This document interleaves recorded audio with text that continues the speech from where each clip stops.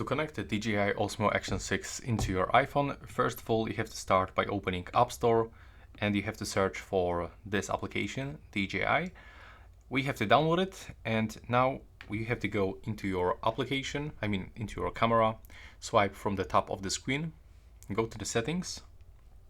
Now we have to go below and we have to search for the wireless connection, and you have to make sure that you turn it on. Now you have to go into the iPhone, open that application, and we have to first of all accept all of those incoming permissions one by one. You don't have to join this project, you have to select not now, so it's not gonna send any data into the DJI.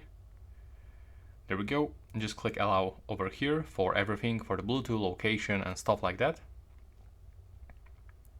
Now we have to click here on this button, but of course there's a quick guide, so we have to just keep tapping until this guide disappears. And now as you can see, it just starts searching automatically, and all we have to do is just to click on the connect button. Now as you can see, we have to check the verification code, which is over here, and of course if it's matched, we have to click accept. Now just wait for it, click to join the network. Now we are connecting, so we have to just be patient and wait. Do not use your iPhone right now, don't make any calls or don't close this application. Now we have to accept this permission for the gallery. So in my case, I'm gonna allow full access. I'm gonna also enable that notifications. Let's click authorize.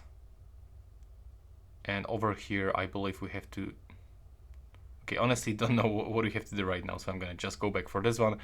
And yeah, here we are successfully connected. We can click back to the live view. And when you click over here, we can actually get this live view, but we have to also grant permission, for example, into the microphone. And that's how it actually looks. I hope you find that useful.